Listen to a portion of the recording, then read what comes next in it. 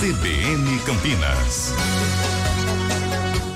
A região de Campinas recebe nesta quinta-feira a iniciativa Locomotiva São Paulo, uma comitiva multipartidária formada por parlamentares de esferas municipais, estadual e federal de membros do MBL. A ação traz um pacote com medidas voltadas ao combate à pandemia da Covid-19 e à retomada econômica. Os projetos de lei são inspirados em PLs que foram apresentados pelo vereador Rubinho Nunes, do Patriota, na capital paulista. Além de Nunes, a comitiva conta com a presença do deputado federal Kim Kataguiri, do DEM, e dos deputados estaduais Arthur Duval, Patriota, e Ricardo Melão, do Novo. Entre as propostas, projetos que pedem a suspensão de cobrança de impostos como o IPTU, ITBI e ISS e a utilização de veículos do poder público para auxiliar na vacinação de idosos, pessoas com problemas de locomoção e em situação de vulnerabilidade econômica e social. Para falar sobre isso, nós recebemos aqui no CBN Campinas o deputado Arthur Duval, do Patriota. Bom dia, deputado. Obrigada pela sua participação aqui no CBN Campinas. Bom dia, muito obrigado pelo convite.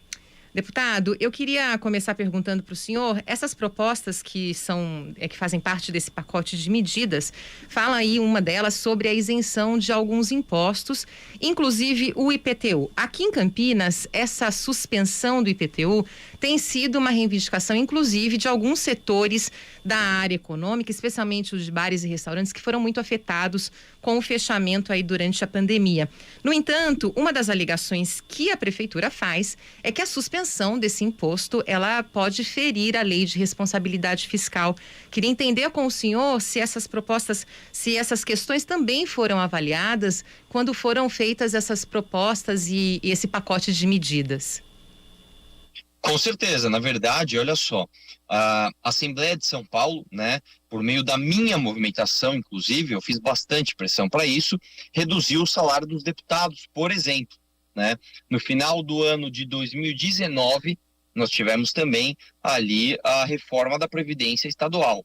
Então, eu acho que está na hora dos municípios fazerem a lição de casa, né, cortarem, enxugarem gastos, principalmente, né, no que tange ali ao funcionalismo e a parte do departamento pessoal, para que você não fira a lei de responsabilidade fiscal, né? Não é justo que nesse momento os bares que estão fechados ou os comércios que estão fechados continuem pagando ali os seus IPTUs cheios, né, 100% de alíquota, sem poder utilizar ali para sua atividade econômica, enquanto o poder público não aperta o cinto, né? Então, eu acho que a gente tem que, nesse momento, cobrar que as autoridades façam a lição de casa e enxuguem os gastos.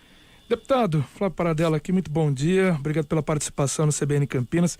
O senhor falando aí sobre apertar o cinto, e acho que muito da população entende isso como uma diminuição lógica de gastos, né, dentro da administração pública para conseguir trazer, né, para a população o que ela precisa. Mas quando a gente fala na isenção ou a suspensão da cobrança de impostos, num momento como esse, em que se tem, claro, um desemprego alto e o uso maior da rede pública, porque se você perde seu emprego, você perde seu plano de saúde, você vai buscar a rede pública de saúde. Isso vai aumentar os gastos na rede pública de saúde. E a gente consegue perceber também o enorme esforço das cidades para abrir leitos. Aqui em Campinas isso aconteceu e o governo do estado foi muito aquém. Por exemplo, de dezembro para cá, nessa abertura de novos leitos aqui para a região de Campinas, em especial na cidade de Campinas. O esforço ficou para o privado e ficou para a prefeitura aqui da cidade. Não é uma defesa que eu faço da prefeitura, não, mas é uma constatação para esse momento aqui dessa segunda onda da pandemia da Covid-19.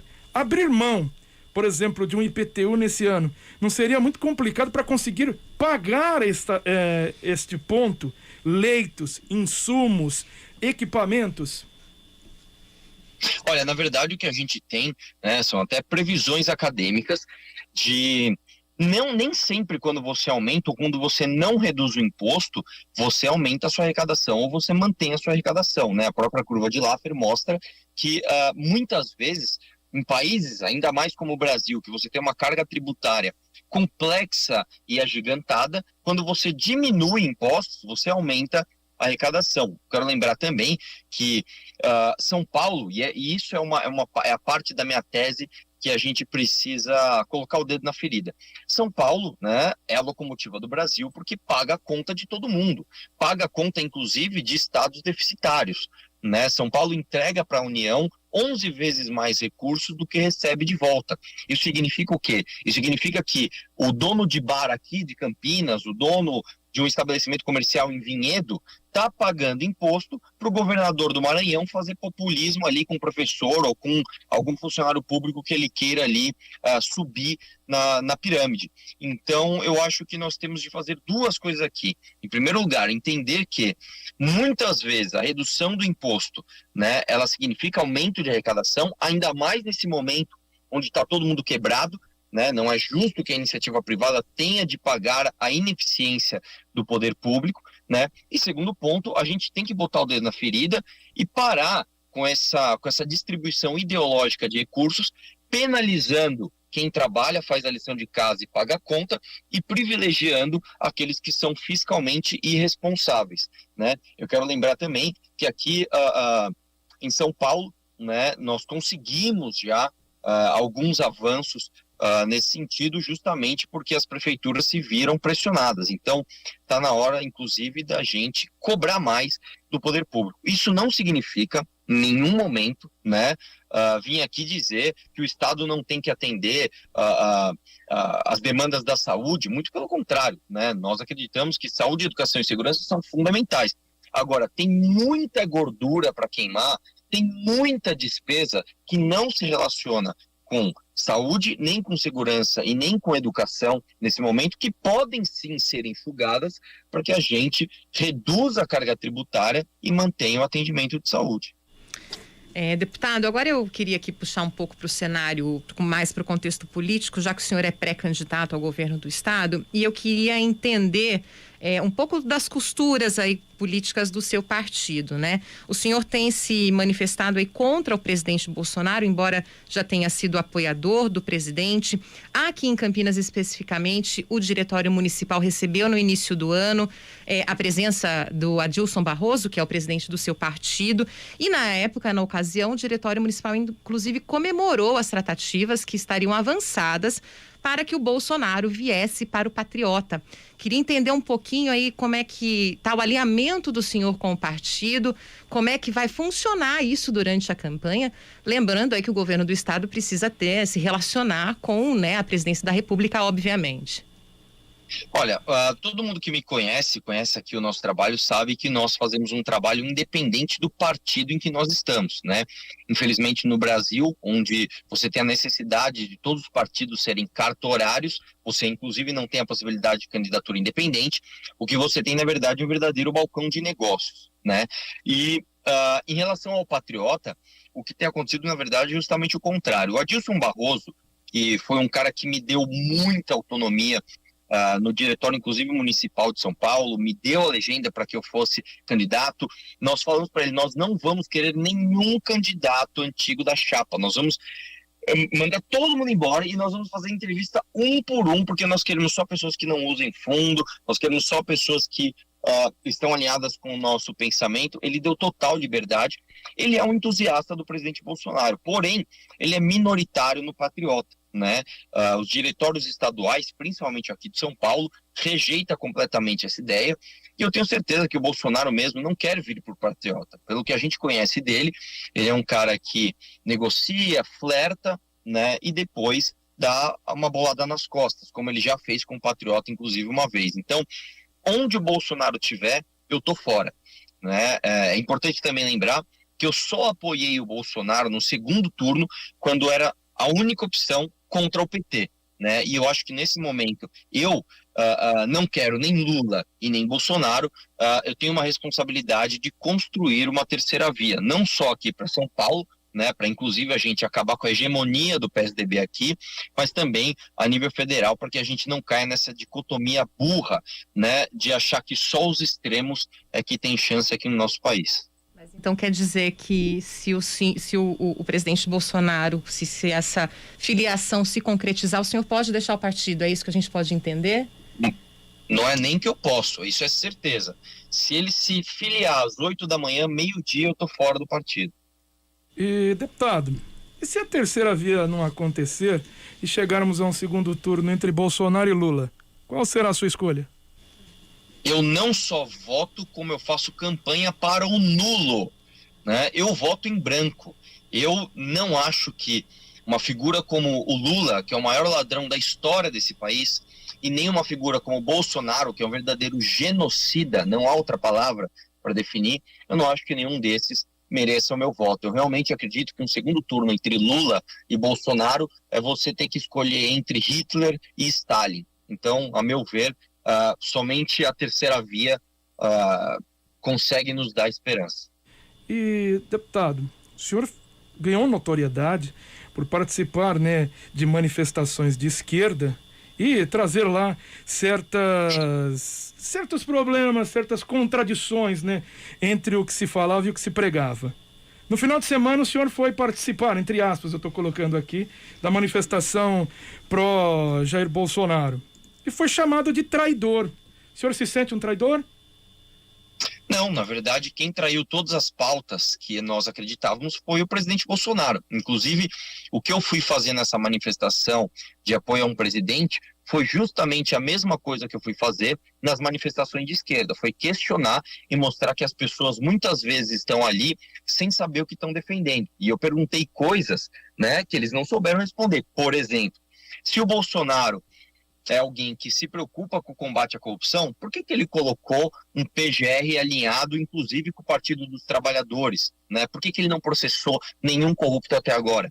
Se ele é um cara que se diz tão contra o STF, né, que ele deixa até de uma maneira institucional, como se o Poder Executivo pudesse sequer atentar contra um outro poder, por que ele empregou os assessores do Gilmar Mendes e do Dias Toffoli? Né? Se ele é um cara preocupado em mudar o nosso STF, por que quando ele teve a chance de indicar alguém, ele indicou um membro do Centrão, o Cássio Nunes, alinhado com o que há de pior no nosso país?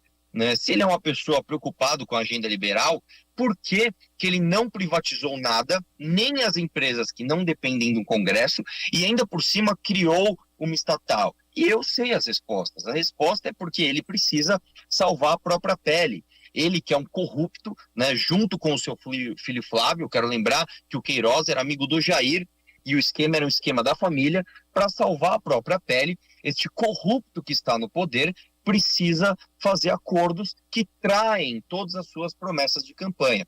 Então nós mantemos a coerência independente da manada. E hoje eu digo sem nenhum medo de errar que quem ainda apoia Jair Bolsonaro ou não entende o que está fazendo ou é mal intencionado. Deputado, como o senhor, né, é pré-candidato ao governo do estado, eu queria saber, o senhor já deve estar aí rascunhando, claro, ainda tem tempo para isso, mas imagino que o senhor esteja aí rascunhando o seu plano de governo para apresentar. Queria saber se o senhor já teve tempo de olhar aqui para a cidade de Campinas, para a nossa região, de ter uma ideia do cenário político, mas também dos problemas, das deficiências da cidade, se já tem aí alguma coisa em mente que poderá ser proposta para a nossa região. Sim, na verdade, a nossa tese central, como eu falei, ela beneficia, né, todos os municípios do estado de São Paulo, porque nós precisamos rever o Pacto Federativo, né? Eu quero lembrar que, independente da vontade do Poder Federal, se 14 estados apresentarem o mesmo texto de revisão do pacto, a federação é obrigada a deliberar sobre isso. E o que eu estou querendo dizer com isso? Nós estamos cansados de pagar a conta. A nossa vida não é em Brasília, a nossa vida não é na União. A nossa vida é dentro do nosso município. Tudo o que acontece, acontece no nosso município. Então nós precisamos de mais autonomia orçamentária para todo o estado e para os municípios. Essa é a nossa tese central. Inclusive, falando de um problema inclusive mais regional, eu que inclusive oficiei o governo do estado para fazer a duplicação de uma importante rodovia aqui da região que vem causando acidentes, né? Temos perdido várias vidas porque a rodovia não é duplicada. É um dos sintomas, né, de um estado que trabalha, que faz a lição de casa, que produz e por carregar o Brasil nas costas, muitas vezes não tem orçamento ou não consegue fazer obras extremamente básicas, né, de duplicação. Eu quero lembrar que a Avenida Miguel Melhado de Campos já era para estar duplicada há muito tempo. Deputado Arthur Duval, deputado estadual pelo Patriota, queria agradecer a participação do senhor aqui no CBN Campinas, a gentileza de atender a CBN. Imagina, eu que agradeço o convite, e se eu puder, eu quero virar a câmera aqui, ó, mostrar o Rubinho Nunes está com a gente aqui, no importante luta para que a gente consiga ali trazer as pautas à tona. Muito obrigado pelo convite. São 10 horas e 59 minutos. Muito obrigado, deputado. Daqui a pouco o repórter CBN.